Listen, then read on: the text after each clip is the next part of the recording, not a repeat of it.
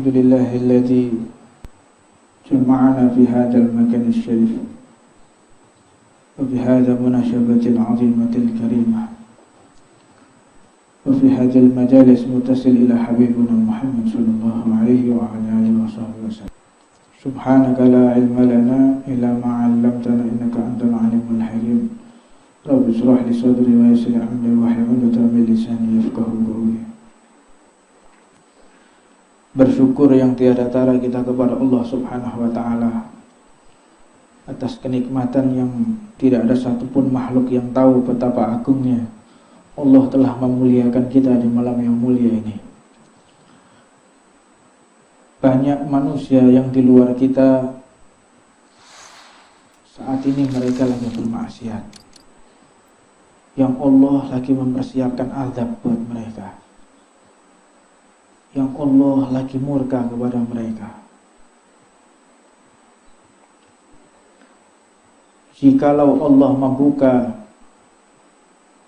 mata kita atas hijab tirai yang telah disembunyikan oleh Allah, maka tidak ada satupun di antara kita yang mau keluar dari tempat ini. Sebagaimana diceritakan para aulia, para salihin, orang-orang yang soleh, yang mereka mengerti kitab, yang mereka mengerti hadis, yang mereka mengerti semua fan ilmu, tetap mendatangi majelis ta'lim, majelis zikir. Mereka bukan untuk menambahkan ilmu, karena ilmunya sudah sangat maksimal sekali. Mereka datang bukan untuk menambah wawasan, karena wawasan mereka lebih hebat daripada pembicaranya. Tetapi mereka datang di majelis ta'lim, tiada lain di situ ada rohnya Rasulullah SAW. Maka di mana di situ dibagikan ilmunya Nabi Muhammad, disitulah Rasulullah akan hadir di tengah-tengahnya. Ada seseorang telah bermimpi bertemu dengan Rasulullah SAW. Beliau Nabi Muhammad mengatakan, aku tidak pernah mengucapkan ucapan ini kepada siapapun. Maka saat ini aku sampaikan kepadamu, ketahuilah orang yang datang untuk menambahkan satu huruf ilmunya Allah, satu huruf pengenalan ilmuku, maka dia mendapatkan kedudukan khusus di hadapan Allah dan di hadapanku. Maka beruntunglah kita, orang-orang yang terpilih untuk menambahkan ilmunya Nabi Muhammad. Ini merupakan bentuk perhatian rasa cintanya Allah kepada kita. Allah ketika cinta kepada kita, sayang kepada kita, rindu untuk memuliakan kita nanti di akhirat, maka kita diberikan kemudahan untuk hadir di majelis ta'lim. Namun apabila Allah tidak menghendaki hambanya untuk menikmati alam akhirat, hamba tersebut tidak kebagian majelis ta'lim, enggak kebagian ilmunya Rasulullah. Sebagaimana diucapkan oleh Rasulullah sallallahu alaihi wa ala alihi wasallam, yang mana ucapan beliau didengarkan oleh segenap makhluknya Allah, yang mana Allah Subhanahu wa ta'ala berfirman, man kana yuridu hayatud dunya wa zinataha nuwaffi ilaihim a'malahum fiha wa hum fiha la yukhsasun ulaika alladzi laysa lahum fil akhirah illa an-nar. Orang jika memang dikehendaki untuk kehidupan dunia, maka Allah akan puaskan dia di dunia. Allah akan memuaskan dia. Dia minta dunia dikasih, dia minta mobil dikasih, dia minta apapun dikasih oleh Allah. Namun pemberian tersebut membuat dia semakin jauh dari Allah Subhanahu wa ta'ala. Orang kalau sudah berdoa, minta dunia diberi, hati-hati dia. Orang kalau minta rezeki diberi langsung oleh Allah, berhati-hatilah. Maka engkau telah dituntun dengan duniamu itu menuju ke nerakanya Allah. Di sini penting kita garis bawahi, apa sih dunia itu? Mahwa dunia, apa sih dunia itu? Dunia itu bukan rumah yang mewah, bukan mobil yang bagus, kendaraan yang bagus, tidak. Dunia itu artinya adalah tempat lalai. Sebagaimana Muhammad mengatakan, ad-dunya ra'su kulli khati'ah. Dunia itu kepala, ujung daripada segala khati'ah. Kesesatan, kehancuran, kemurkaan, kerusakan, malapetaka, kemaksiatan, keburukan. Itu dunia. Apa sih dunia itu? Dunia itu adalah segala sesuatu yang membuat kita jauh dari Allah. Bukan diartikan dunia itu adalah rumah yang mewah, bukan. Rumah yang mewah, ketika di situ diisi dengan kebaikan, itu adalah rumah akhirat. Rumah mewah, mobil mewah, kendaraan yang mewah yang dipergunakan untuk di tempat-tempat yang baik untuk ibadah, itu adalah mobil akhirat. Ada rumah mewah untuk ibadah, maka rumah akhirat. Ada rumah sudah jelek untuk maksiat, ini rumah neraka. Jadi ukuran dikatakan dunia aul akhirah atau akhirah, itu adalah bagaimana cara kita mempergunakannya.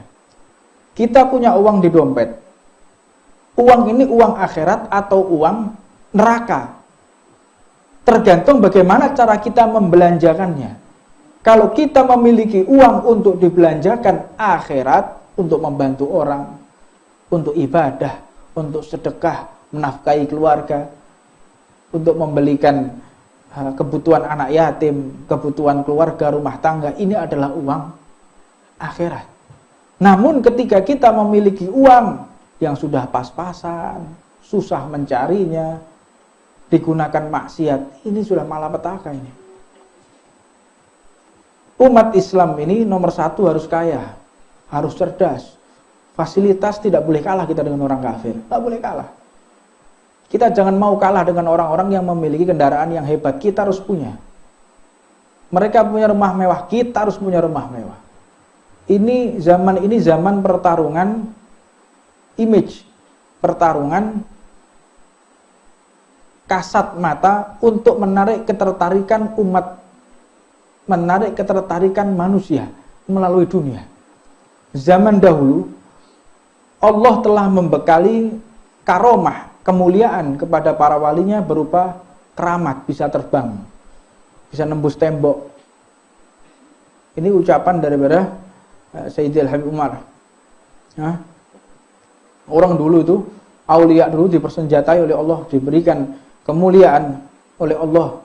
Kalau Nabi dulu mukjizat, ya, mukjizat, diberikan bekal mukjizat.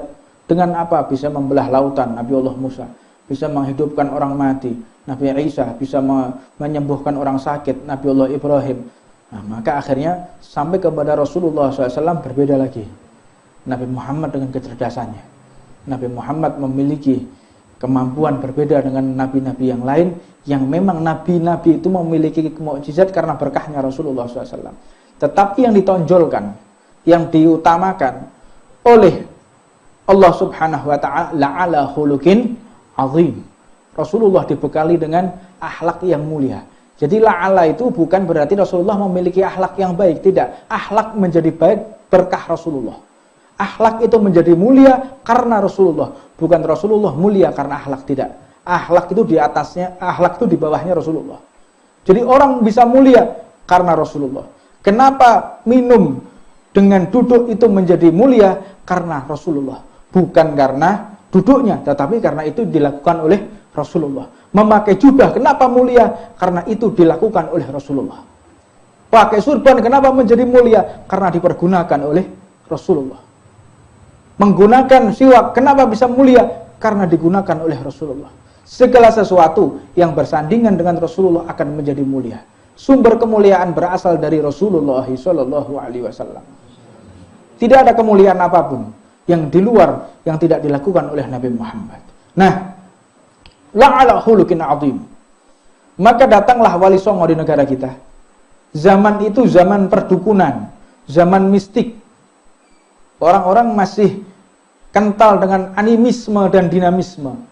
Mereka praktek perdukunan ilmu setan dan lain sebagainya. Maka bagaimana kita dicerita melihat bagaimana Allah telah membekali Wali Songo, Allah telah membekali para aulia, Allah telah membekali para salihin pada zaman itu. Apa yang Allah bekali? Dengan karomah. Lihat Wali Songo, kolang-kaling bisa menjadi emas. Kolang-kaling menjadi emas. Lalu pernah satu cerita, orang lagi bertengkar. Si perempuan ini hamil. Perempuan ini hamil, dilihat, dituduh oleh suaminya, engkau selingkuh. Enggak, saya enggak selingkuh. Saya enggak selingkuh. Pada waktu itu bertemu dengan Sayyidina Mahdum Ibrahim Sunan Bonang. Kejadian ini bertempat di daerah astagfirullah, tahu arah setelah Jenuh, setelah Tundung Musuh, mana itu? Menuju ke Gresik, Mahdum Ibrahim Asmorokondi, daerah Keradenan situ ya. Itu ada seorang suami marah-marah ya. Kejadiannya di situ.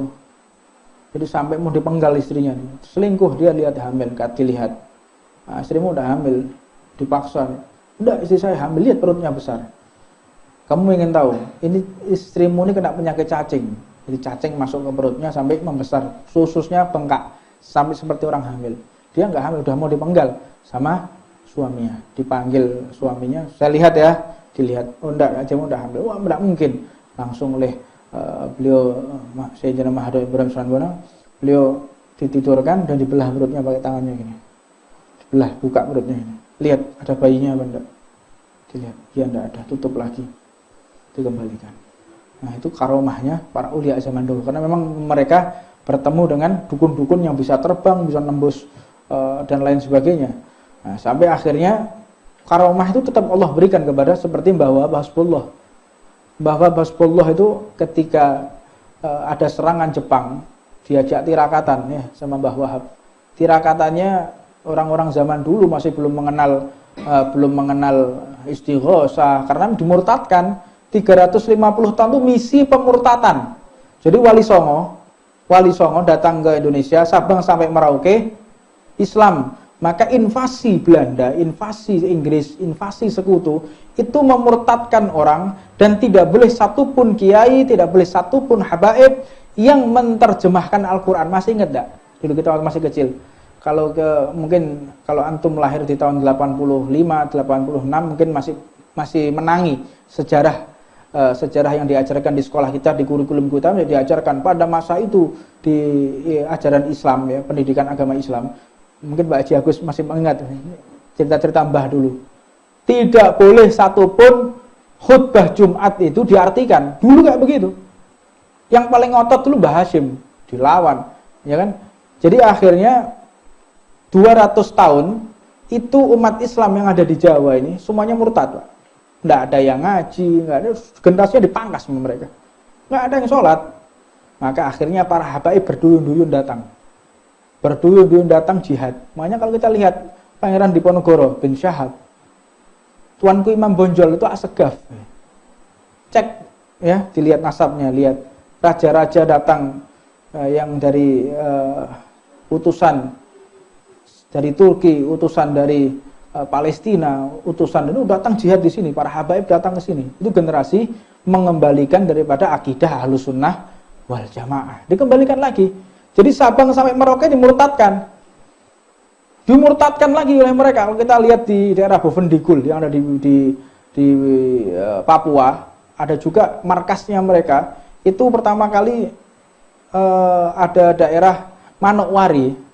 Ya, yang mereka mengklaim sekarang itu adalah pertama kali Kristen. Tidak, kita bongkar lagi, ternyata Islam yang di ujung paling timur itu masuknya dari Manowari. Manowari Islam semua dulu, dimurtadkan sama mereka. Jadi pos-posnya Belanda dari sana disiksa habis-habisan orang-orang yang beragama Islam oleh orang-orang bule ini.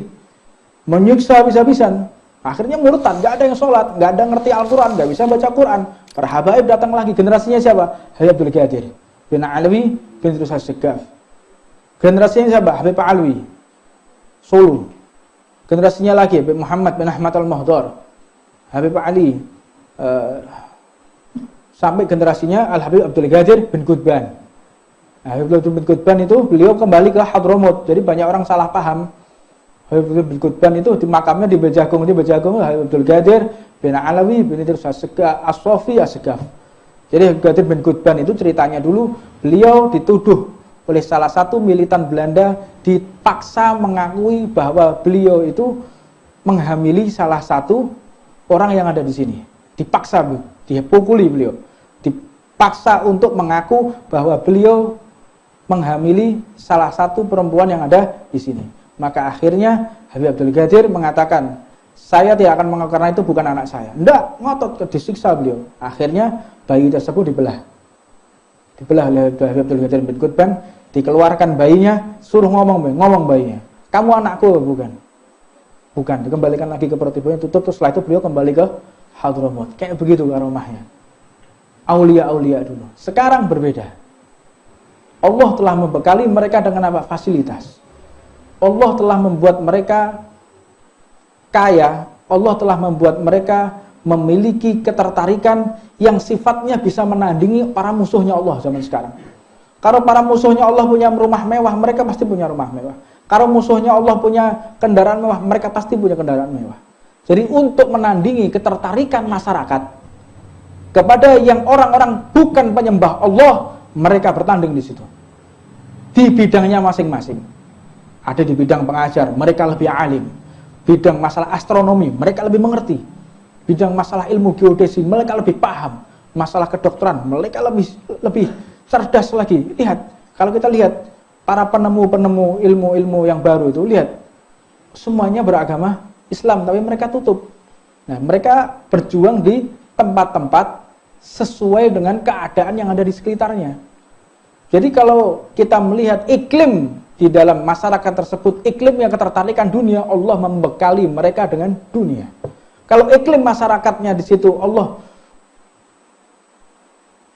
mendatangkan musuhnya dengan ilmu, Allah berikan ilmu kepada para aulianya. Jadi dilihat musuhnya. Allah mendatangkan musuh seperti Abu Lahab, Abu Jahal dengan apa? Strategi perang. Nabi Muhammad ahli strategi perang. Ada perang Khandaq, ada perang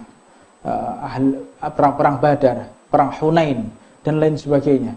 Allah membekali para pejuangnya sesuai dengan para musuh, senjata musuhnya. Dan itulah kita pun harus menyesuaikan apa yang musuh kita kerjakan. Musuh kita kerjakan itu apa? Mereka membuat panggung-panggung maksiat, kita tandingi dengan panggung sholawat. Mereka mengarang buku-buku menghina Islam, maka kita lawan dengan ilmu mengagung-agungkan Islam. Jangan mereka membuat tempat maksiat, kita gempur. Enggak, mereka membuat tempat maksiat, kita buka pondok pesantren. Mereka buat tempat-tempat pelacuran, silahkan mereka membuat pelacuran. Kita membuat orang-orang yang mengkader bagaimana masyarakat ini benar-benar mengikuti apa yang telah diajarkan oleh Sayyidina Nabi Muhammad sallallahu alaihi wa ala alihi wasallam. Dan yang terakhir, lihat sejarah bagaimana Mbah Wahab. Pesawat itu diludahi oleh Mbah Wahab. Pesawat itu diludahi, jatuh. Mbah Hamid, ceritanya Mbah Hamid Baidowi, Allahuarham. Mbah Hamid Baidowi Lasem. Ceritanya lihat bagaimana Mbah Hashim dulu bisa nembus tembok, ya. Ketika di penjara di daerah Kediri, itu beliau diikat tangannya, diikat kakinya, dimasukkan ke dalam air, beliau bisa keluar, ya, berubah jadi makhluknya Allah yang lain, bisa tembus, ya. Nah, itu tergantung daripada bagaimana Allah mendatangkan musuhnya, dia akan diberikan kemuliaan oleh Allah Subhanahu wa taala. Dan kita jangan sampai terprovokasi dengan apa? Dengan ketertarikan kita kepada yang selain penyembah Allah. Jangan kita tergiur, orang itu enak ya, jadi anaknya bapak itu ya. anaknya senang dengan anaknya orang kafir yang nggak pernah sujud kepada Allah, enak ya. Jadi anaknya bapak itu walaupun kafir, tetapi dia mendapatkan, memiliki fasilitas, dia punya mobil, punya kendaraan yang bagus.